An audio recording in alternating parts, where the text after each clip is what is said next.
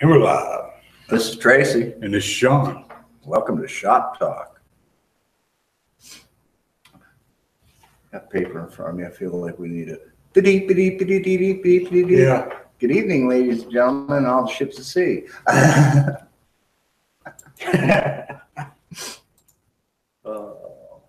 God, I miss that old song. I actually used to listen to stuff that started that way.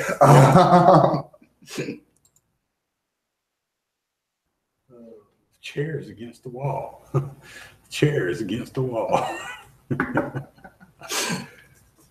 Oh boy.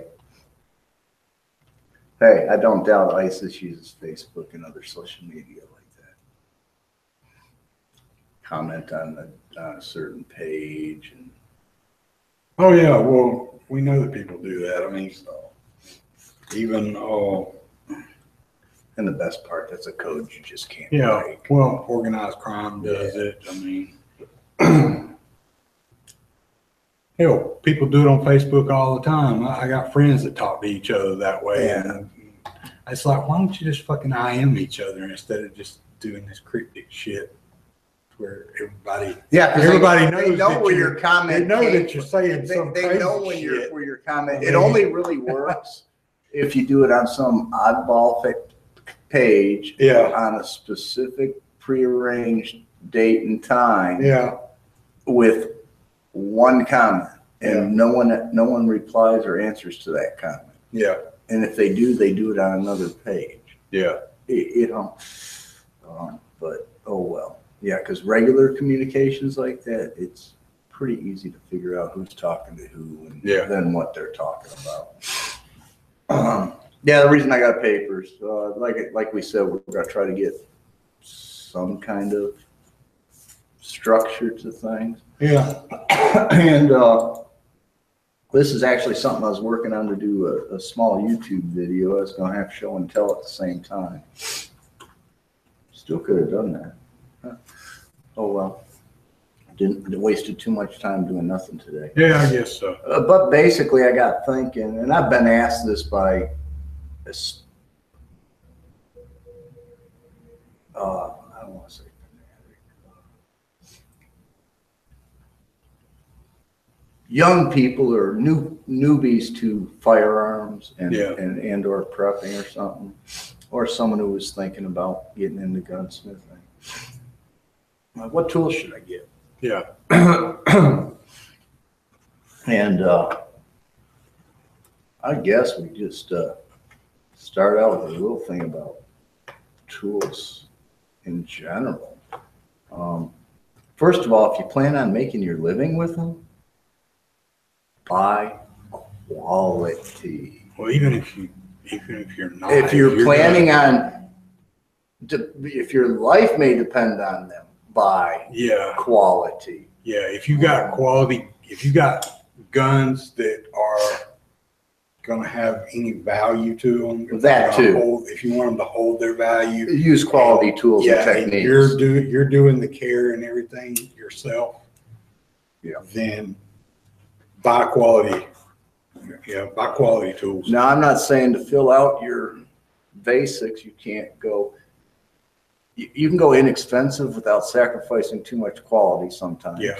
And I'm not saying not to buy inexpensive tools that only might last 2 or 3 jobs, depending on how often you plan on using them and how much money you have to spend and how quick you want to put together a real comprehensive kit. Just plan on replacing those tools and don't forget to replace them. Because I have some very inexpensive Harbor Freight tools that I've had on my workbench and use regularly 20 years. I have some that I've had to replace too, but that's I've had some Harbor Freight stuff that haven't lasted a job. And sometimes that was the quality of that run, or it was I may have that's the thing about Harbor Freight. Taking the tool just a little too far. The quality's iffy. You may get something that you can't break it. And the next one you order, 6 months later, may be a piece of crap that breaks in shipping. And I've had that too. But usually you're not out a lot of money in either case. So, and just as long as you remember to replace it as soon as possible, because the last thing you want to do is end up in your bug out bag or something out there and have a sub quality tool that's, and all of a sudden you need it a lot because you're working on someone else's guns or something, or a certain area.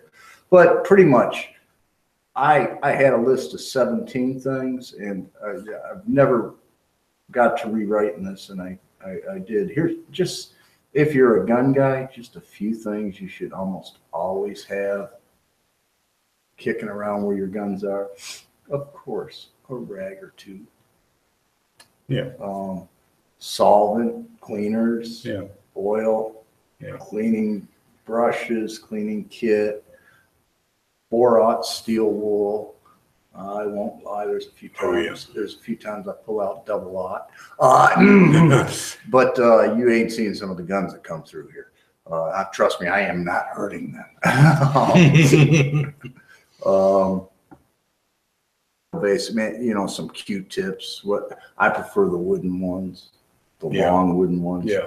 You those buy sticks. Buy like 100 of them. Yeah, you can stir epoxy with them. You can make a slave pin if you need to. You can improvise a punch. You know, you can use them as a pick. But other than those basics that you pretty much should have anyways, and I have these in no particular order. A good pair of needle nose pliers. Yeah. Not overly large, not overly small, but standard, you know, about a 4-inch bill on them. And a quality pair, a pair that's going to be able to grip decently, and they're not going to bend, and they're not going to be too stiff.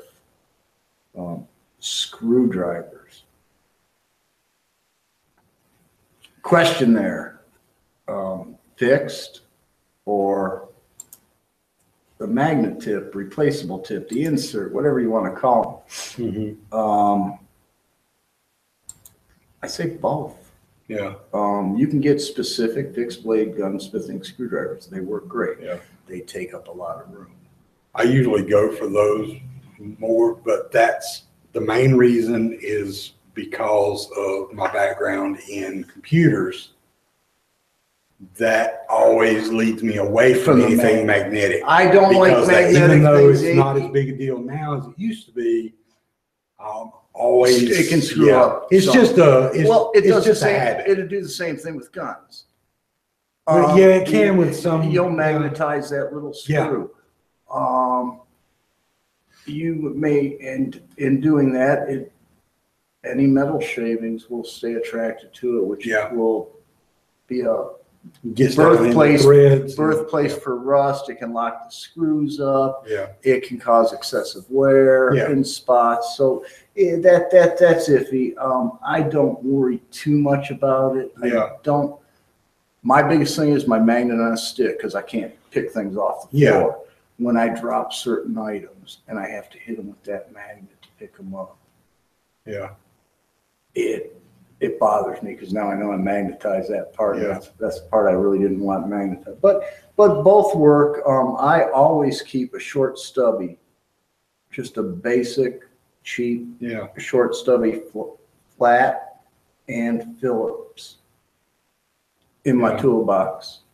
And that's for butt pads, basic screws. Yeah. And nothing that I'm worried about marring or camming out of. For some screws, you need that blade to fit great. And the magnetized tip ones, the changeable tip, you don't have to get magnetized necessarily. Some of them are changeable. Well, yeah, you can get the changeable ones that have the little metal clip that holds them. Yeah.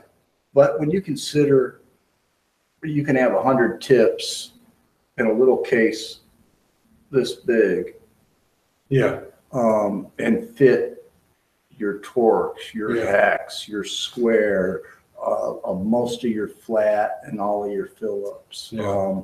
It's hard not to go with that to save space, especially in something like a bug out bag or a portable gunsmithing kit, range kit. Well, you know, it was years before I had even seen a set of gunsmithing screwdriver tips that were like that. You know, like you've got a little set that's got all the different size tips. Yeah. It was years before I even knew that they made those. And if you wanted you wanted gunsmith and screwdrivers, you went to Grace. You either went and bought Grace, Brownell's or you reground some screwdrivers and made them yourself. Yeah, you made yourself. I didn't know that you could get those like that. And one of the best kits, and I bought a few of them, and I love it. And I still got a brand new one packed away someplace. They were Wheeler. Makes a great friggin' kit in a case. Not only does it have your screwdrivers, it has a small punch tip, and it has a Smith & Wesson rebound spring for your revolver. That tool makes it so much nicer to put that in and out. Wheeler also makes a nice, inexpensive punch set with a hammer with changeable heads. You got the hard rubber, soft rubber, and then you got like an aluminum, brass. Brass. Yep, I've seen those. I picked up, and we're going to get to that here quick, hammers. A ball peen hammer, small. Yeah. For most people, 6 ounces. I prefer an 8. And one that just has to do with my disease. The 8's a little heavier to pick up, but it gives you a little extra. Gives me that little extra, that couple ounces more hit. Yeah. And keep the face clean and dressed. Yeah. Because if you do miss, or you do have to hit a nice piece of metal, a clean dressed ball peen hammer will lessen the likelihood of marring, or if you do mar, it won't be bad. Yeah. A mallet, they're nice to have, not necessarily. Not a necessary thing. You can improvise that. You can make one. You can improvise them easy enough. If you do have a mallet, I prefer a harder plastic. I don't like a rubber. Harder plastic, wood, or leather, something that's firm, not going to bounce on me. And I like it in the 8 to 10 ounce range. Yeah. Well, a lot of times when people use a mallet, they actually need a dead blow hammer rather than a mallet. Anyway. And they work better sometimes for certain jobs. Yeah. And any of the things that we talked about improvising it with, just a block of wood, a rubber hockey puck. You know, there's the edge of what's that thing called? Bench block? Yeah, the bench block. That's what I was trying to think You're sitting there. I was like, shit, it's that thing. It's like the size of an ashtray. Got grooves in it. Also for the mallet, a chunk of lead. It's going to deform way before whatever you're hitting. Yeah. A 5-piece punch set. I say long punch set if you're only going to have one. Yeah. The long one's the one you want to have. A center punch, yes and no. They can be good for starting a pin that's really stuck. Yeah. If you don't have a starter punch. Yeah. That. Wire cutters, any good set of side cutters. File set.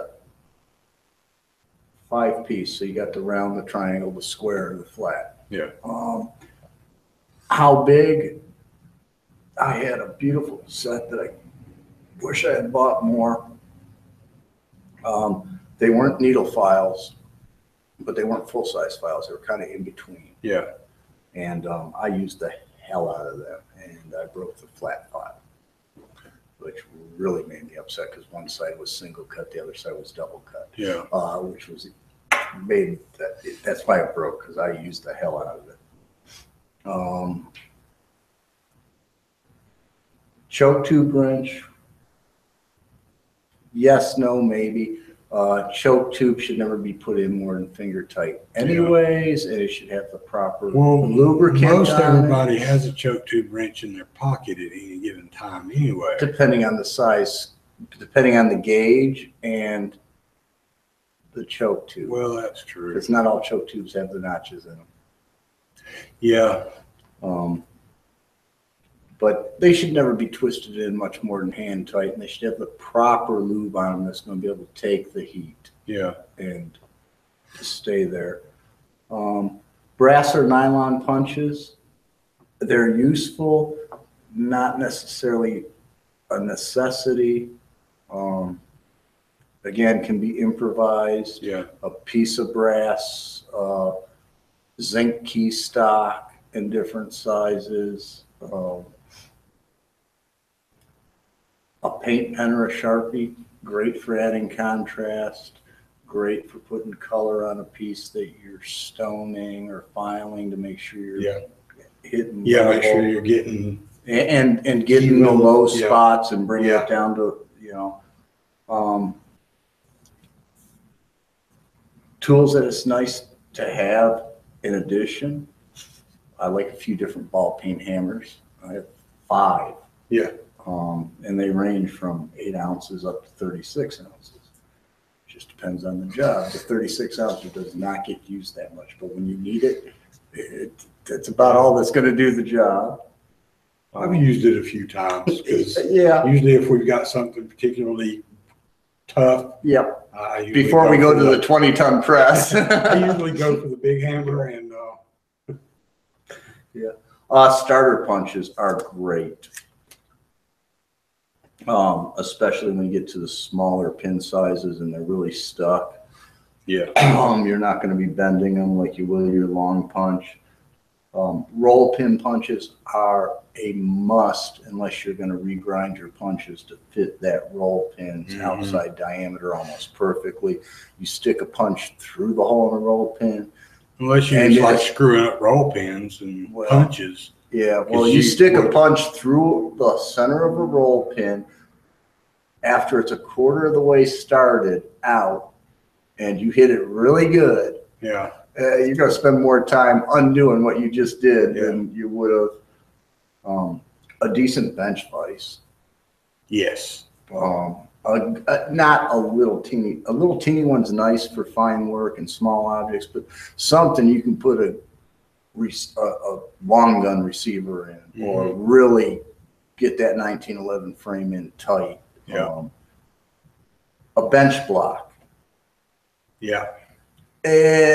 Yes and no. A couple blocks of 1x6. They're or so 1x8. cheap though. Yeah, but I mean, well, yeah. Mine's specific. They're usually made for specific guns also. Well, That's mine's part of the made for problem. 1911. So is mine. I But find it the most useful. I can use it for all kinds of stuff. I do too. I mean, there's all kinds of things you can use it for, especially when you use all the different pinholes that are in it. For Most of the different time, all size you gotta do is pins. just line it up. line it up with find it where you whatever can line pin it you up. knock There out might or- be a tail hanging off, but you got to knock the pin out of it. You got to find the pinhole near the edge. Yeah. But again, a block of lead. Yeah. You can lay the receiver or whatever it is on there, smack it, the pin you're trying to punch out or something will go into it will move through the lead a little. If you a soft block of wood. Yeah. If you have to drill a hole. Block a piece of white pine. Yeah. No, that's why I said I got blocks of wood back there, plywood and 1x pines. We use door and window shims a lot for in the vise and stuff. A Dremel style tool. If you're going to do that, just a regular one's fine. One with a flex shaft is even better. Yeah. There and an assortment of attachments for it, especially things for lots of polishing, lots of cutting blades, lots of sanding barrels.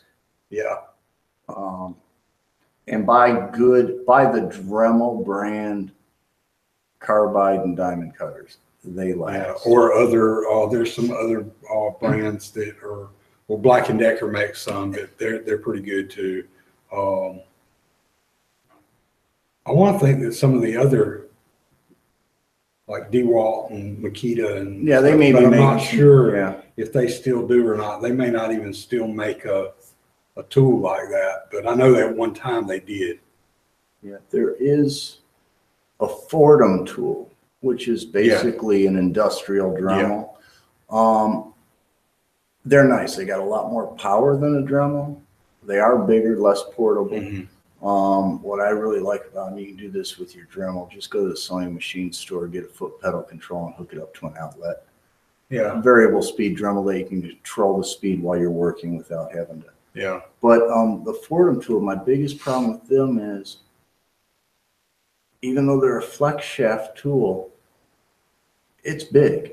Yeah. And it's a drill chuck type tool, which has teeth running at high RPM. Yeah. And between its size, it limits you on where you can get in sometimes. And if you're not careful and make sure that part is always turned up, you will catch your tightening teeth on an object. Assorted pliers, small, 4 to 6 pair. That small pair of real long needle nose, the crook nose needle nose, wide flat jaw, just various. A hacksaw. Because there are going to be things you're just not going to want to take time with the Dremel and the cutting disc, even the good Dremel cutting discs. An electric hand drill motor. Numbered drill bits. They're not near as expensive as they used to be. Yeah. And taps and a good tap wrench. Yeah. The tap wrench you get in those assorted standard tap and die sets. First of all, you're not going to use too many of those taps. Yeah. They're not the right sizes. And the tap wrench that comes with them sucks. Spend $20 on a decent tap wrench and buy your taps individually. A bore light of some kind. Well, you pretty much have to buy your taps individually to get the ones that you're going to need. You really need, yeah. If you're going to need to do work on, because if you needed to tap, if you need to redo the threads. Yeah, even chasing the threads. Like say in a break to go on this. Yeah, that would be your die, if you're chasing the threads in the break. Yeah, if you're chasing. And then you want a specific tap. You're going to want a bottoming tap. Yeah, but you're not going to want probably what you've got in your automotive kit. If it's the right thread size and the right angle threads, because a lot of them have, they may have different threads. Depending on who makes it, I know whether it's metric, standard, British. Well, whether it's there's some specialty. Various clamps. Anything from a 4-inch. I have bar clamps. Yeah. That I don't use too often, but I have found uses for, down to little 1.5-inch C clamps. They're useful. Tweezers, I don't use them too often, but when you get to some small pins and small holes and you got to reach in. Yeah, needle nose pliers just don't quite cut it. Yeah. Forceps are nice for that too. And I got 2 sets of forceps, straight and the bent nose. Yeah. Dental picks. Yes. Especially when you get to some place where the pin isn't really a tight fit. It's just supposed to kind of drop in and out easily, but you got a lot of crud and corrosion. Calipers. You can get regular vernier or dial or digital. Just remember, if you get the digital, make sure it's still vernier along with it, because batteries die, plastic housings break.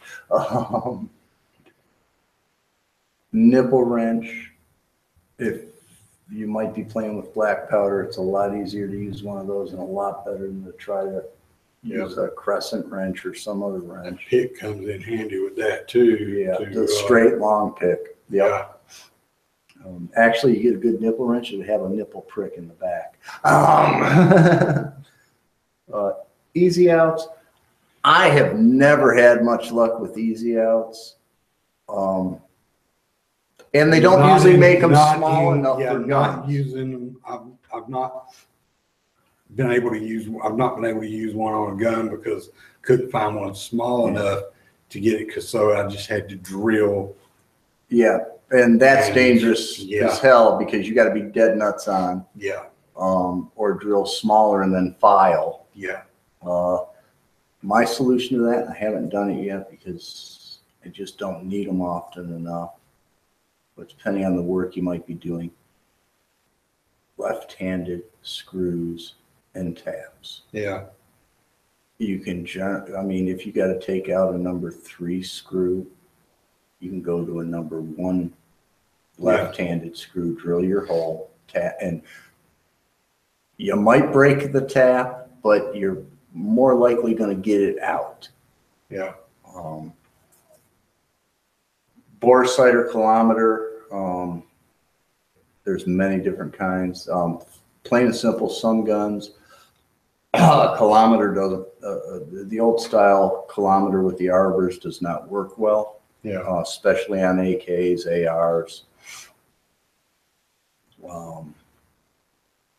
Inch pound torque wrench. Yeah. If you want to get into precision rifles and precision competitive stuff, that's important. It's important for scope mountings too, just on a hunting rifle. Yeah. Because screws were not designed to be muscled in. Yeah. They are designed to hold with torque. Things in too tight. Yeah. I mean, that's actually more important with firearms is making sure you don't get things too tight. Sometimes, yeah. Because sometimes if you get it too tight, you're going to tighten that screw down so much that you're going to press it down, dig it in, and then it's going to stick out too far. And you'll now mess your up action's hanging up. You may, depending on the hardness of the material, you may stretch a thread.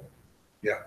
You get to some of these real small, fine screws, you may snap the screw. Yeah. You may strip. You get to something that Browning A5s, the receiver balls are thin as shit. Yeah.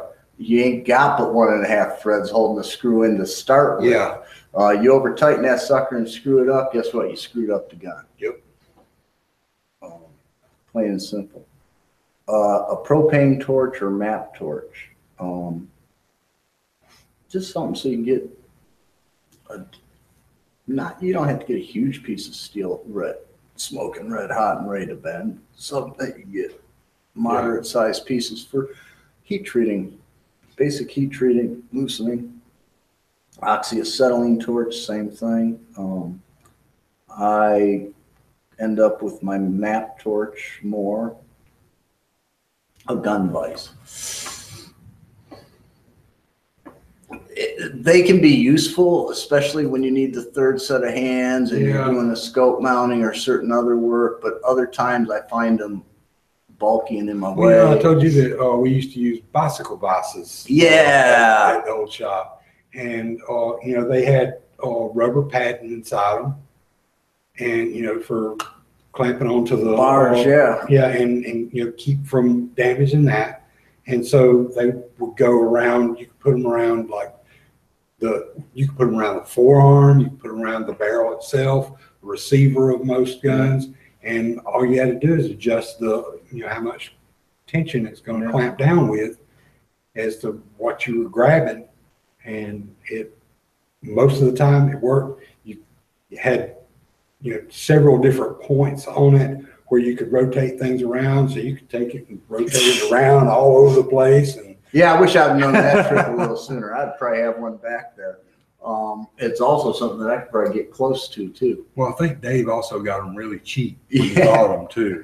Yeah, I can't imagine they're going to be. It's a specialty tool. It's not going to be. Yeah, cheap. It's probably not going to be cheap. But the gun vise, the ones with the built-in separate compartments. Yeah, they're nice when you're taking apart a gun because you can keep everything in. I've got one at the house, a Tipton. Yeah, like one of the ones you got back there. And now they make them specifically where they'll take stuff like AKs and ARs. Oh yeah, they're what do they call it? The Tipton Best I think, because they got the Tipton vise, they got one called the Better, and I think they got one called the Best, where it has an insert for the mag well. Yeah, everything. you put the little mag well thing. There's even one for the an AR, where you put that thing in there, and then when you put the AR in it, it's you just sit standing it down on top Yep. of the. You just sit the mag well right on top of it. Yeah. A machinist square. Recoil pad grinding jig.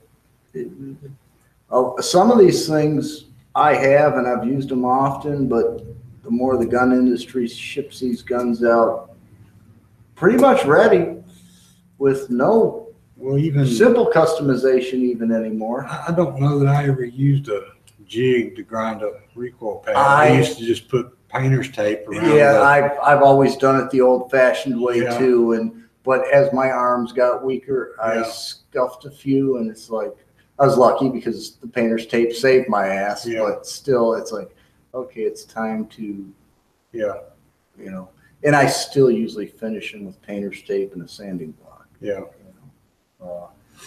And I have a specific one that I like because it gets, unlike, I've only seen two of them. One's that you set on the platform of the sander. Yeah. But you got to switch the angle and switch it around to grind both ends. Yeah. Mine hangs, and once you scribe your line, you mount it on it, you can get your angles perfect because the one bar you keep with the comb of the stock, and the other one can adjust to the angle for the toe. Yeah. And you hang it and you just go, you can run it 360 degrees and knock it out quick. Yeah. That's a personal preference. Like I said, I used to be able to do it a lot quicker right on the gun. Yeah. But again, you gotta have nerve. You're doing a Browning superposed or Satori, and that's a finish you can't retouch. And not only that, these synthetics, you can't retouch them, and it shows. Yeah. Well, that's why when you're using the tape, you use the wide tape, right? So that you've got a good, good width of it, and you wrap it 3 or 4 times so that when you touch that tape, you've got a visual before you mess up anything. Well, see, I'd use one strip of wide tape, then I'd use the 1 inch right at Once the you end, flip the tape and with it, I would go right through the tape. Yeah. Yeah. And just take the tape off so the sticky stayed, but the paper when was I got gone. the sanding block. Yeah, that's when I hit the tape. But when I was learning how to do it, I had a few wraps. Oh yeah, my first couples, I taped the shit out of it. And then you finish it down. But and I also learned after you get good with it, then you just take it right down and then just finish. Put a hook or an eye in the ceiling. Yeah. Hang them on a string. Yeah. You can run that string up where the barrel channel is, and you get the perfect angles and everything. You can manipulate. I had it where I go quick. Machines are nice to have. They're bulky. They take up room. They're expensive. You can do a lot with files and a hand drill. Yeah. A belt or disc sander, great. Don't buy a stone grinder. You're not going to use it that much. You're not cleaning up nasty welds or a lot of metal. I find a belt sander does most of my grinding. Yeah. Just have a whole crap load of belts. Save your old belts because that worn out 60 is 100 grit. Yeah. Or will give a little different polish or look depending on what you're looking at. Drill press. Wonderful addition, whether it be a bench top or a floor model. You definitely want a cross slide vise. Yeah. If you're gonna spend the money on the drill press, get a cross slide vise. Yep. And honestly, if you're gonna spend the money on a drill press and a cross slide vise, get a medium size bench top mill drill. Yeah. You get the cross slide, your clamping and vices are going to be a little different, but it adds, you can use the mill as a drill press, but you cannot use a drill press as a mill. Not even in plastic or wood. It's not a good idea. You know, there's a thing they used to make. I don't know if they still make it. I want to think it was called a shopsmith. Yeah, the smithy. Yeah, you can make a drill press, a mill, a lathe, like almost a sander, belt. Yeah, I always wanted one of those, and I don't think they make them anymore. A bandsaw, yeah, they do. Oh, they still make them? And there's other companies that make them too, and some of them are a lot easier to use now. Yeah, I used to want one of those when I was growing up. I'd see the on PBS. I'd see the woodworking shows, and they would have the advertisement for that, you know, in between the shows. Yeah. And there was actually a couple of the guys that had shows on there that used one. Yeah. And that was just the most amazing thing. They are. You can say now if you only do, in a retail setting for gunsmithing, not necessarily the best because you got to spend time changing the machine over all the time. Yeah, but if you're only using the like if you're most of the time just using the drill press and the sander part of it, then it wouldn't be that. But if you had to set it up to for a lathe or you do have that lathe when you need it, or that mill when you need it, or the bandsaw when you need it, because you have to set it up to use. Yeah, and then it's whether or not you're figuring it into your price, or you're just doing stuff for friends, family, and the guys in your bug out groups. Out of all welders, a TIG. Yeah, because it's you can do fine. Since the advent of the TIG, you can do work in spots that you would never have been able to do work before. Yeah. And you can rebuild things that you would have never been able to rebuild before. A pedestal grinder, I have them. I do not have grinding wheels on them. They're mostly my wire brushes or buffers. But you can throw a grinding stone on there if you need one for something. Yeah. Which is usually redressing a tool. Yeah. More which then I want the control of my belt sander because I can get my angles and everything. And you just use carbide belts, and in high speed steel for your tools, and don't overheat them, and have your quenching water. Metal cutting bandsaw, another nice addition. But again, more so if you're doing more custom work and fabricating parts and doing a lot of barrel shortenings or something. A lathe, I would get the benchtop mill drill before I'd get a lathe. Yeah. Unless again you're going to get into a lot of custom work. Barrel vices are nice. Again, you're getting in specific. Get barrel vices, you're probably going to be getting headspace gauges too. Yeah. And those can get expensive. Yeah. And you can get a lot of them that you're using once. There are some you'll use. You need to check headspace, get a factory load, and use Scotch tape on the base. Yeah. And use a good name brand Scotch tape because it will tell you how thick the tape is roughly. Yeah. And it will stay, that thickness will vary a little, but it will stay. And keep piling it up, and you can do a little math and figure out how many layers of tape do you get to the no-go stage. And if it's kind of iffy, then maybe you might want to, either reset the barrel back, get a new barrel, or buy the headspace gauge to really check. If you're doing precision rifle work, you're going to invest in the headspace gauge. Yeah. And there's plenty of specialty tools and jigs. I've bought a few.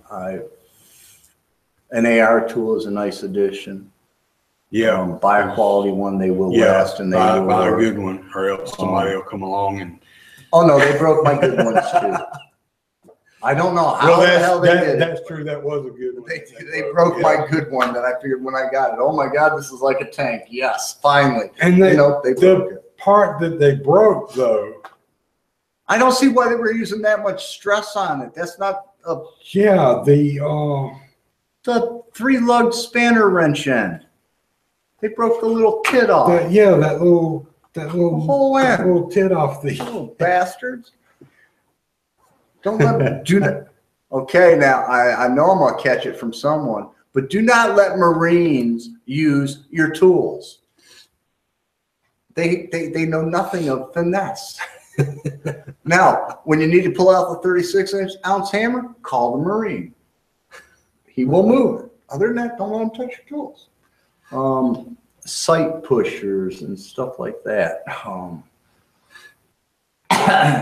They look good, and when you watch a video of someone, depending on what you're moving with them, because there are some sites that you can't just use a punch. Screw the Kimbers. Okay, Kimber can kiss my ass. They use a press that I'd have to have industrial manufacturing for all kinds of big shit to put their sights in. Yeah, I mean, when my 20-ton press starts bowing the slide before pushing the friggin' sight, but well, there are some of those knot sights that are particularly fragile. Yeah, depending on where you push it, you got to be careful where you push and stuff. Yeah, it's amazing that they take abuse fine when they're on the gun, but when it's because you're putting them in and out, protects them. You're not. Doesn't take much to break that little axial. Yeah, it doesn't, especially if you miss. Yeah. But I've seen a few specialty tools. I've bought a few. And if you're going to be doing a lot of that one thing, maybe. Yeah.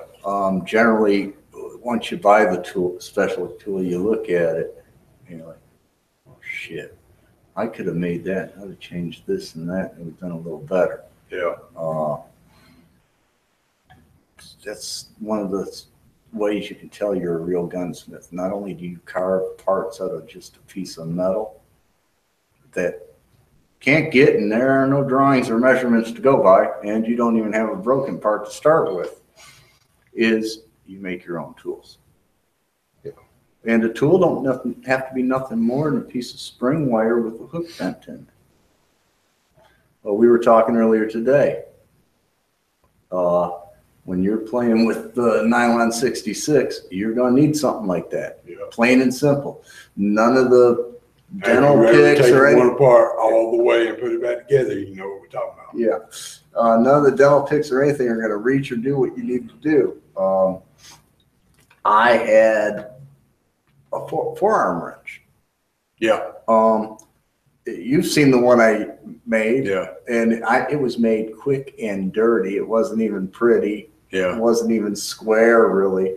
And I can't tell you how many different taken off with that. Yeah. Until it finally broke. And geez, I had that for over 10 years. Yeah. And it was just quite simply a piece of electrical conduit that I cut down quick and dirty with an angle grinder.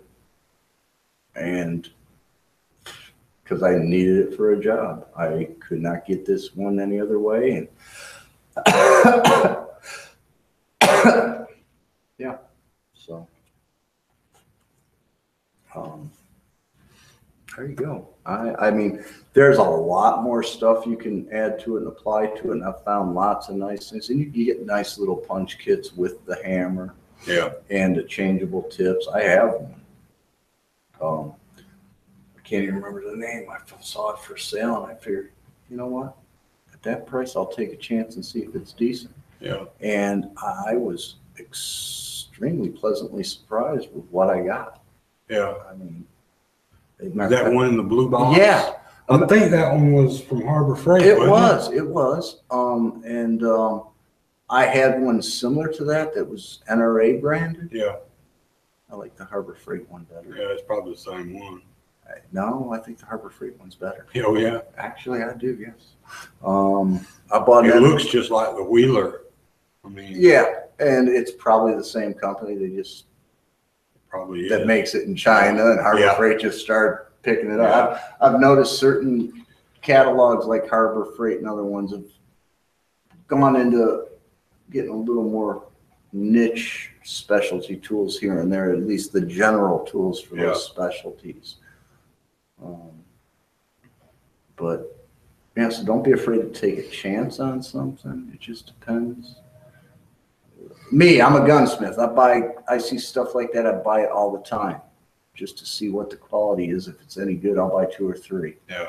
Because I do have I have a couple work. If you really took a look, I have probably 3 complete workbenches back there that have all basic tools. And yeah, I'm not buying grace punches for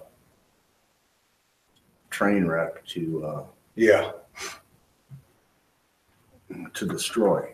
Hide the grace punches. Yes, I do have grace punches, and they are. Then there's only one set of them on my bench, and I have been known to smack people with hammers and screwdrivers when they reach for them.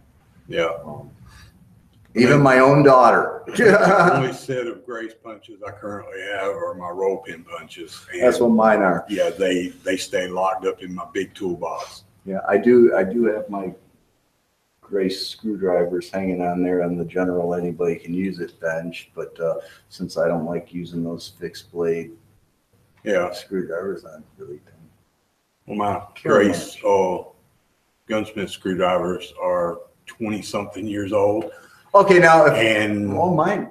The handles on some of them are a little because they got the wood handles on them, so they turn nice and black. Yeah, and some of them got chings on them and stuff. And mine still look pristine. Some of the tips have been redressed. And mine still look pristine because I don't use them. Well, I've broken a couple of them. I'm still trying to figure out taking some old shotguns apart. I don't even know why I have them. I've never used them. I think I used 1 or 2 of the screwdrivers, and that's it. Yeah, I used to use the hell out of them because that was the only set of. Since I got my wheeler set. That was the only set of actual, hollow ground. Gunsmith and screwdrivers that I had. Yeah. And so I used the hell out of them for a long time. And all Wheeler has to do is come up with the replacement bits, small packages of replacement bits, so I don't have to buy the whole set to get the couple bits I want. Which you can buy the individual bits by measurements through Brownells. Yeah. Yeah, I've found some really nice stuff I've switched out in my range kit and my go bag kit. Yeah. I'll have to bring that in one day. The go bag is a 50 cal ammo can. Yeah. And there ain't a hell of a lot I can't do with what's in that can. And there's not a lot of money tied up in it either.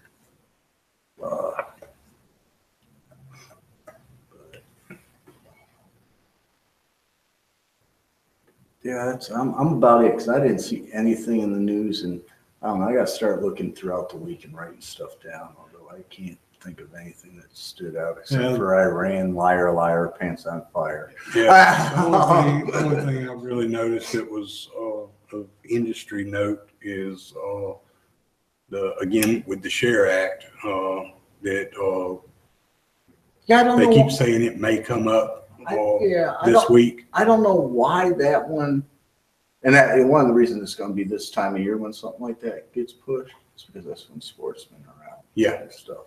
Hunting seasons are starting. Yeah. But I don't know why I haven't noticed that one on the one site I use as my home page, because it is specifically geared to hunting, fishing, and firearm news. I don't know why that one hasn't come up.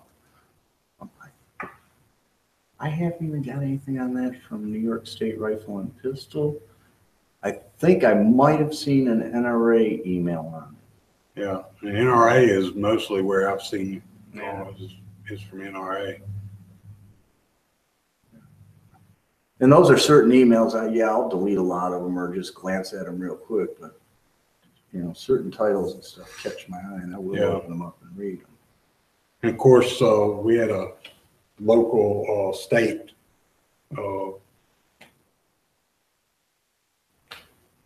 runoff election today? Oh, yeah. Yeah. I forgot all about that.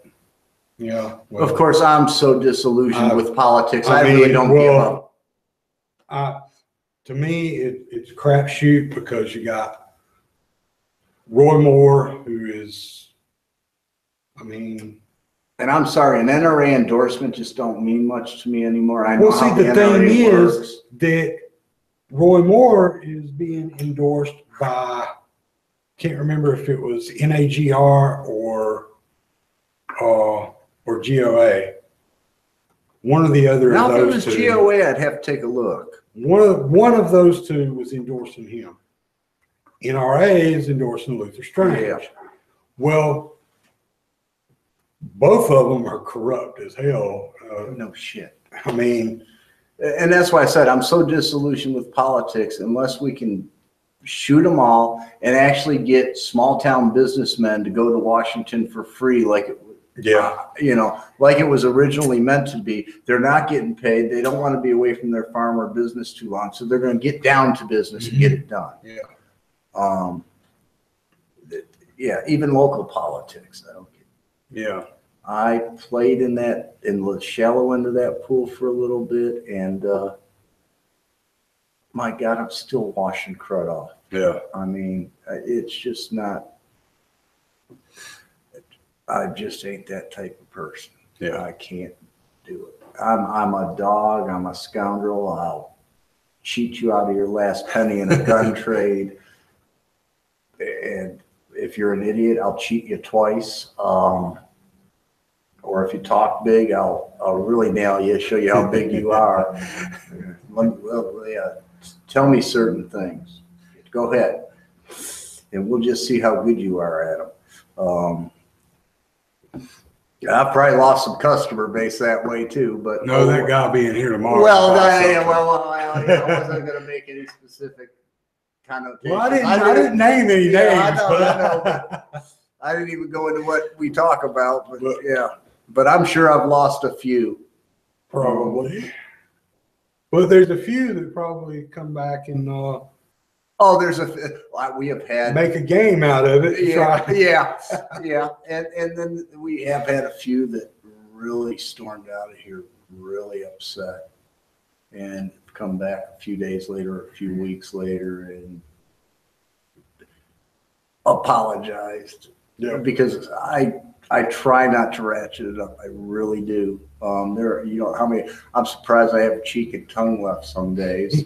Just whether it be they're that much of an idiot and I just want to chew them up one side down the other and kick them out the door with someone else's boot on because I'm leaving it in their ass, or they're just so ridiculous, so clueless that I just want to go, here's your sign.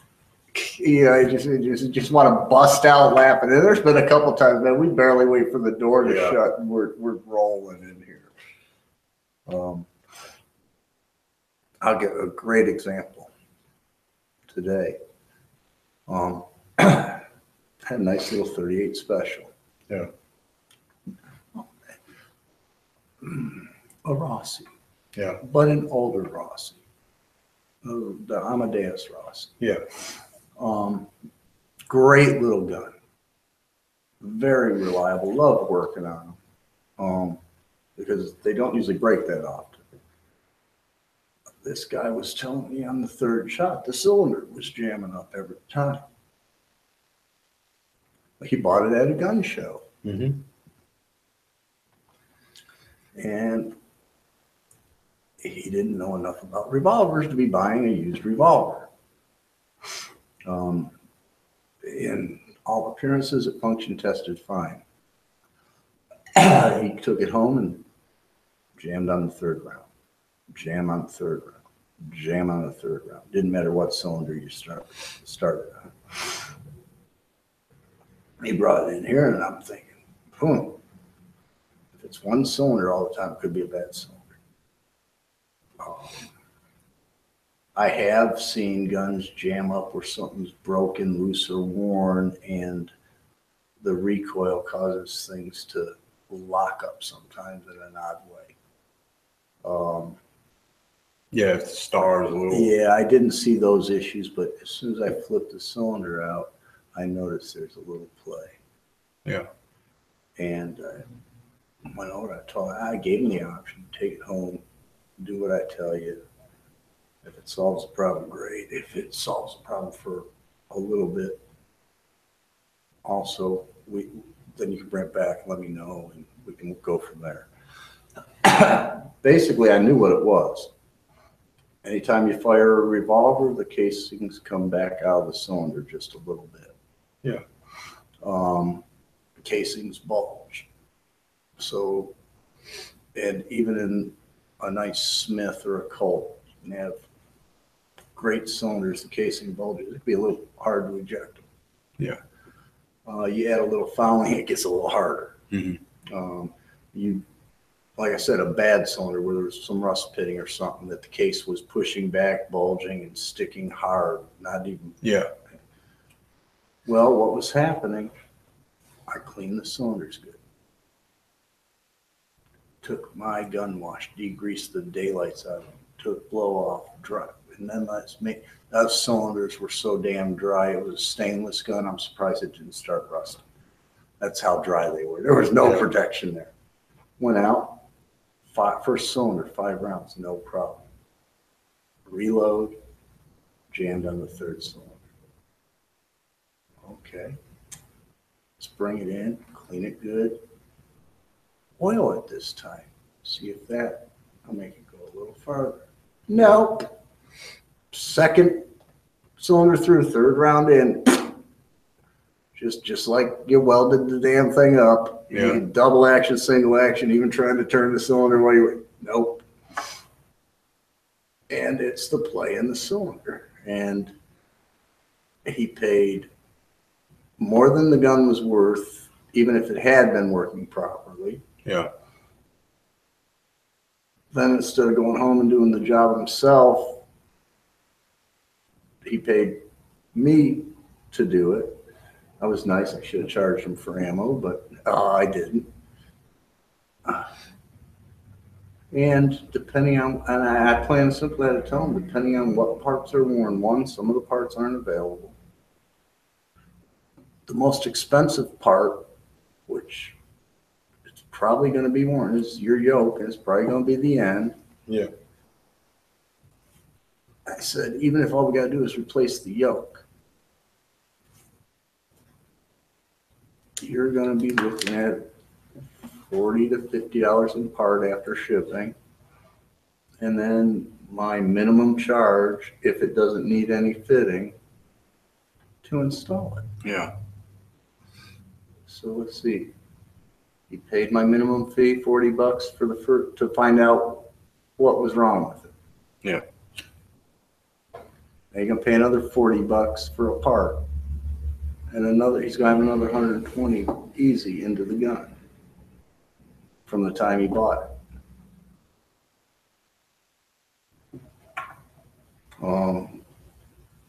Quite honestly, I knew the mood he was in. I wasn't going to normally I'd make an offer. Because one of his questions was, well, what would you do if it was your gun? I said, I'm a gunsmith. I'd fix it. It's a little smart ass of me probably, but it's like an auto mechanic. Yeah, I got a car with a bad cylinder. What are you gonna do? I'm gonna fix it. But normally I would have made an offer. But I plain and simple, man. There was no way he was gonna just sell me that gun as a parts gun for the 50. I probably would have went 75. Yeah. But that'd have been it. Because after I put my time and the parts into it, it's where it showed and stuff, it's still only $150 to $175 revolver. Yeah. Well, yeah, and that's with it working. Yeah, and in the condition it was in. Not that it was it was definitely in a working condition. It just was not. Yeah, well, those guns don't have a lot of value. No, you can buy a new Taurus or. Well, yeah, you get a Model 85 Taurus for what? $75 to $300. I think they're less than that. I know that, Yeah, Bud's probably $250. well, pretty much all the online places has got them. The blue model is cheap as crap, and plus Taurus has got a rebate, a mailing rebate, so you end up getting it for it's less than $200. Even after your transfer and everything would be less than $200. And Charter Arms, you can still get theirs for around the same price. I mean, it's just not. It is what it is. Yeah. It's a utility revolver. It's a well-built, reliable revolver. Unless you abuse it. I guarantee you what happened to this guy's revolver. Someone liked to play Clint Eastwood and slap cylinder slapping the cylinder shut and slapping it open. Yep. Guarantee it. That's what did it. And then every time you shoot it, you just increase that wear a little bit. Yep. And I told him it's only going to get worse, which is the truth. And shoot another couple hundred rounds, you might get to the first shot in the second cylinder and it jams up. Yep. I said it is what it is. It's a close-up self-defense gun or nightstand gun. Point and shoot and pull the trigger. You're generally not reloading anyways. So, you got 5 rounds. You carry it in your pocket, walk in your fence line or something for snakes. That rabid raccoon, that vicious pit bull down the road. Yeah, but I'm not even going to rely on it for that because I only got 5 rounds. Because while I'm out in that farm field or out fishing and I have to shoot it. Yeah. Now on my way home when I reload, something happens that I need it again and it ain't clean. I'm screwed. Yep. So.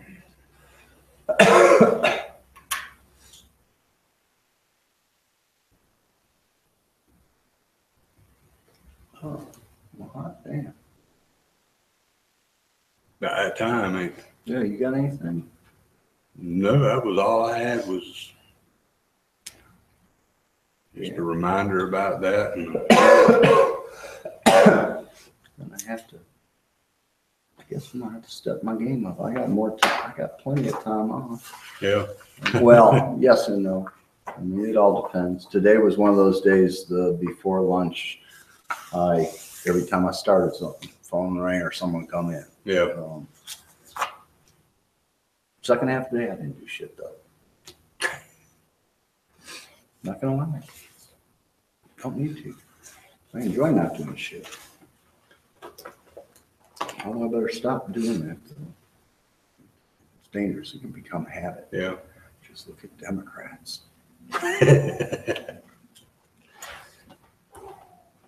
This is Tracy. This is Sean. Thanks for watching Shop Talk.